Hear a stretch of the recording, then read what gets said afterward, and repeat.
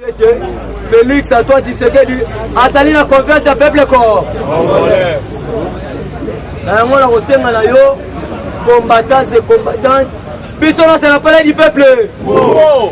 Mais il faut boyeba parce que ezali discours état de la nation combattant et ceux qui na yo avant qu'il soit 8 heures. Biso na c'est la palais du peuple. Parce que ezali discours ya IDP cité, ezali discours ya état de la nation.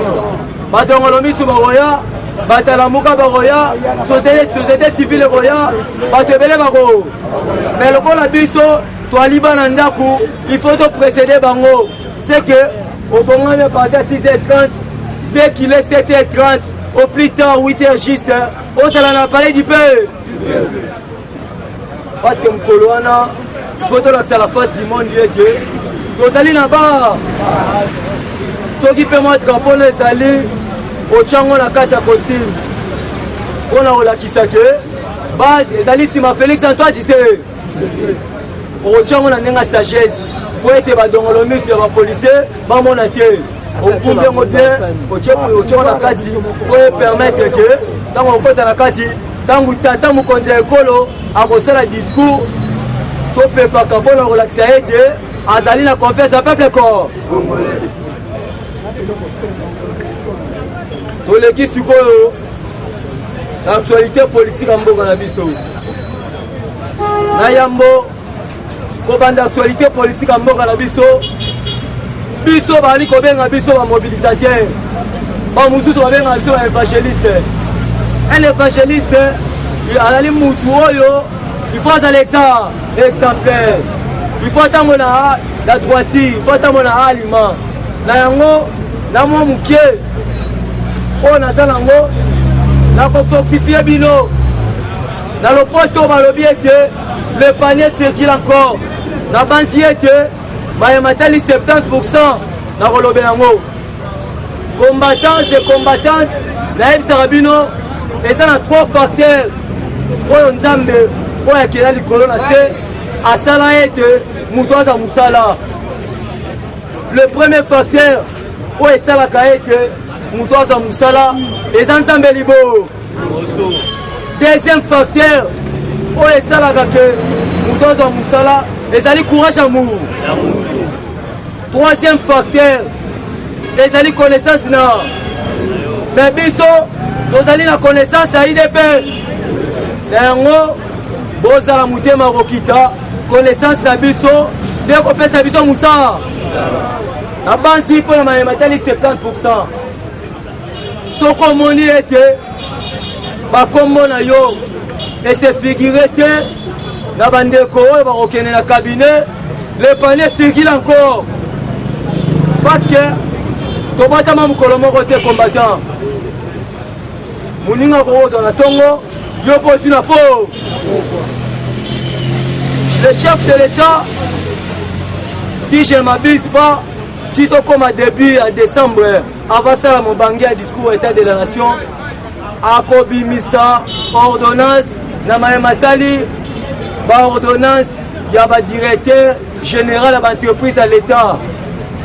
Si on reçu Moussa dans la cabinet, il y a été entreprise publique et ça dit que c'est là. Si on usurpe la entreprise publique, il y a été tata mukonzi ekolo azali kobunda po ete banvetise baya lambo.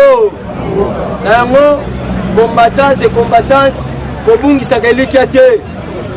Bible elobi ete prophète Ecclésiaste alobi ete il y a encore de l'espérance. Na mutu nyonso aza na bomo. A comparer taba oyo bomoi na lion esakufa entre taba momboyi na lion kufa na sa valeur. Yango combattants et combattantes obungisaka elikia te parce que toza na pour. Parce que toza na pour. C'est que oyimara te le panier circule encore pour les mamisala parce que tata mukonzi ekolo azali kobima pour l'intérêt du peuple corps. A comment plus forte raison ali kobima pour l'intérêt du peuple congolais. Bongo biso bongo bana ndaku toza musala be toza te. Yango bozala toujours motema kokita nzambe aza toleki sikoyo na actualité politique ya mboka na biso. Le chef de l'État Félix Antoine Tshisekedi azali moponami ya nzambe nayebisaka bino pouvoir oyo nzambe apesi biso oyo tokobatela yango ti mokolo nzambe ako combattant lelo na mitunaka ntango kanambe azalaka na pouvoir na mokati mbila azalaka na besoin ya kokoma président te me na boyei ya tata mokonzi ya ekolo Félix Antoine Tshisekedi apesi bato nyonso mposa ya kozala bapre na mokati mbila na momeli akene na momeli jamba akomi na susi ya kozala pre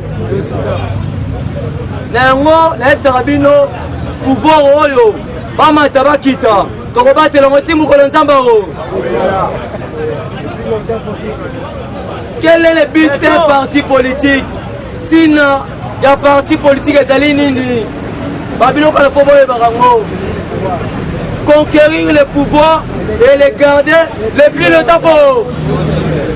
Bongo badongolo misu bali kosala déclaration bako récupérer en 2023. Est-ce que bino bondimi yango?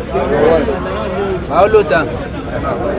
Mofa Sakanya a fait une déclaration à l'objet de dauphin na bango mudaganeke élection. Est-ce que bino bondimi yango? Yango ngape na répondre yango. Il y a eu élection un certain le 30 décembre 2018. Kaka président na bango oyo outa na société civile oyo batiaka président tenu nde mutu apibliaka Félix Antoine Tshisekedi président provisoire le 10 janvier. Kaka banzushi na bango wana oyo bango bapiblia banomaka nde basalaki ete tata mokonzi ya ekolo abima président le 24 janvier ya 2019. C'est que moi azali koreve train essaie de coller moi ezonga simeza oh toza la majorité oui mais biso tozali la confiance à peuple corps toza la confiance à peuple corps parce que sima ya Félix Antoine Tshisekedi azali la confiance il y a 80 millions d'habitants oyo bazali kozela kuma malamu ya Félix Antoine Tshisekedi na yango nayebisaka bino na mayema tali gratuité ezali ticket gagnant oyo kopermettre le président de la République alakisa yango à la face du monde na 2023 yango ali komona bali koinfiltre bato na baekole po ete gratuité simba mais biso lokola toka bakolami ya nzambe toyebi ete bamata bakita gratuité ya selemeza noko non négociable. C'est que ticket gagnant il y a Félix Antoine Tshisekedi Tshilombo et ça li gratuité ya enseignement na yango na losambo na yo chaka Félix Antoine Tshisekedi na maboko ya nzambe parce que Bible lobi soko osambela mpo na yo sambela mpe mpo na moni mais biso moninga na biso ezali Félix Antoine Tshisekedi bobeta maboko mpo na mokonzi.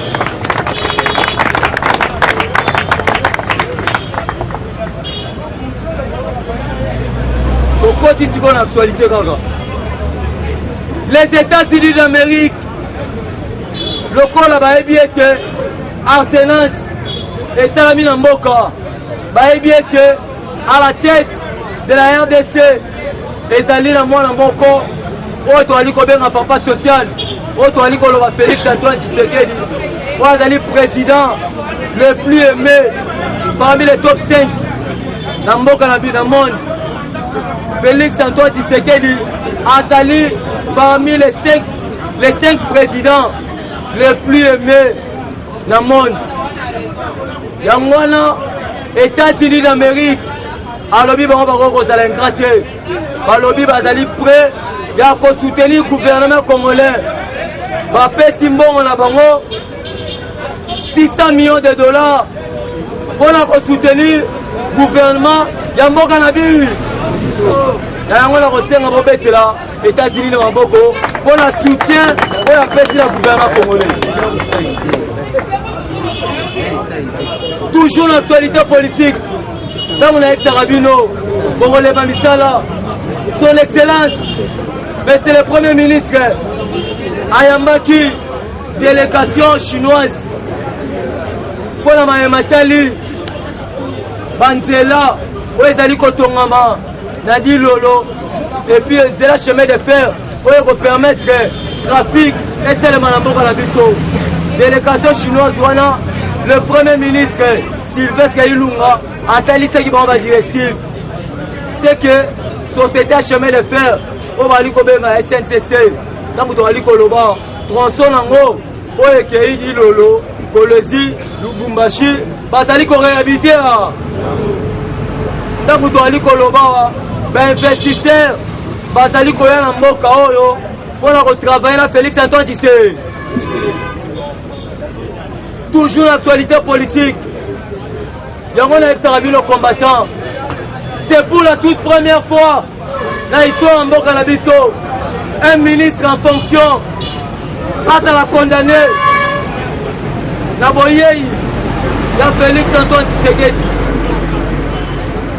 Doli Makambo, le ministre de l'Intérieur de la ville-province de Kinshasa, il a été condamné à 10 ans de prison ferme.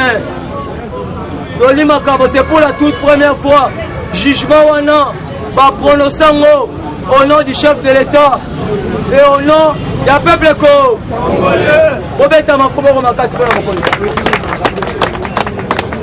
On m'attend beaucoup moi 100 fois descendre. Jugement wana au cours militaire a prononcé pour le ministre en charge de l'intérieur de la ville province de Kinshasa a prononcé au nom du chef de l'État et puis au nom du peuple corps. Na yango tango toali koloba wa Doli Makambo bangouti na 10 ans de prison et puis chauffeur na ye bangouti 5 ans de prison na ba garde mususu bangouti ba 5 ans. Tango toali koloba wa bazali nando.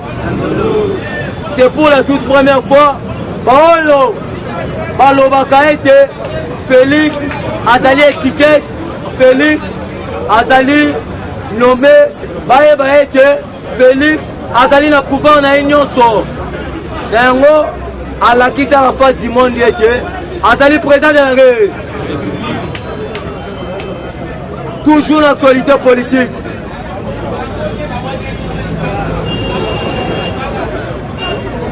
Le ministre polonais de l'environnement akitaki na mboka na biso akutanaki na vice ministre Amil na Kombo Alpha Denis Lupetu mpona mayema tali koinvestir na mboka na biso.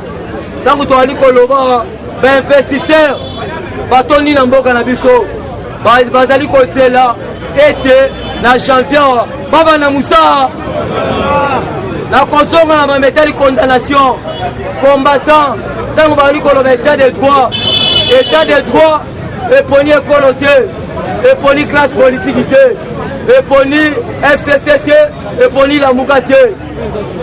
Yango nazo interpellé conscience ya baministre na biso IDPS papa ministre intérieur Gilbert Kakonde, ministre des affaires étrangères Mamadou Manzenza, ministre d'État Etienne Longondo na baono so batikali batambola na tout droit parce que état de droit eponi FCCT eponi IDPS te soko yibi osani ni baroka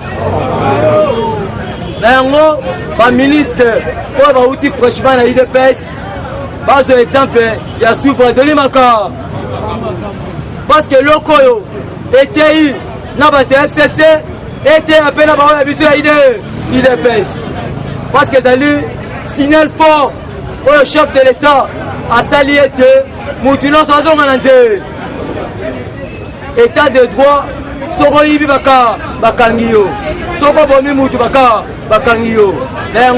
J'interpelle la conscience de tous les ministres qui sont venus fraîchement de l'IDPS. Batambola na aliment. Oyibi bakangi yo, obomi mutu bakangi yo. Parce que état de droit, oyo tata mukonzi ya ekolo amemi yango mpona kozongisa bato na nzela. Toujours na mayematali diplomatie oyo ezali kobetama na mboka na biso. Le ministre de la Santé ayambaki une délégation ya Suisse mpona mayematali bokonongo na banzoto. Et puis Batouana, il y a délégation suisse, balobi ete bazali prêt ya ko soutenir gouvernement congolais na sima ministre de la santé, mayematali santé ou bien bokonongo na banzoto. Délégation suisse wana tangu toali koloba bakutana kina ministre d'État de santé na kombo Eteni Longondo basolola kina ye pona mayematali bokonongo na banzoto. Toujours l'actualité politique, Organisation mondiale de la santé. Balobi bango ete bakoki kozala ingrate. Bazali prêt ya ko soutenir le gouvernement congolais na mayematali bokonongo banzo. Toujours l'actualité politique. Tangu toali koloba poste moko vacant o etikalaka l'Assemblée nationale, la banzi combattants et combattants besoin informés. Poste wana na lopoto bali kobengango rapporteur adjoint. Poste wana esili kozwa mukambi nango abengami na kombo ya Lungwana azali député ya MLC bafota kie na kati ya Assemblée nationale. Tango toali koloba a commis rapporteur adjoint na kati ya Assemblée nationale. Poste wana etikala vide uta bapona mesalema na avril ya ane oyo. Yango wana kobanda mukolo vendredi bakendaki kosala élection na Assemblée nationale pona kozwa poste ya rapporteur adjoint na Assemblée nationale. Mutu wana abengami na kombo ya député Lungwana azali député oya uti na kati ya MLC. Eshima, votre magazine qui bat au rythme de l'actualité. Une réponse à vos besoins en information, un éclairage dans divers domaines. Impartial, documenté, instructif. Eshima au cœur de l'info. Retrouvez la nouvelle édition. Exclusivité. Sakombi Molendo, le réformiste qui vient stopper l'hémorragie, suspension des fonctionnaires peu intègre, numérisation des titres fonciers et climat de confiance avec les collaborateurs, le nouveau gestionnaire des terres congolaises fixe les nouvelles règles de jeu. Focus, Lambert Mindi, Omalanga, le souverainisme comme un dogme. Redressement délaissé, Tomaluaka Losenjola, l'homme de la situation. Dossier Eshima, fini les vacances, vive les rentrées. De la politique au judiciaire, en passant par les scolaires, les derniers trimestres de l'année 2019 en RDC est décoiffant. Économie, BCC, un cadre des rétrocommissions et détournements à passer au peine fin. Découverte, Claude Ibalanki et Colomba, les coordonnateurs du MNS au centre de l'action de Félix Tshisekedi dans le Grand Lac. Les dialogues et pourparlers en RDC qu'en tire le peuple. Tubaou, la clé de la mythologie kassaïenne. Retrouvez l'intégralité du magazine Eshima dans les kiosques. Eshima Magazine, un nouveau standard d'information.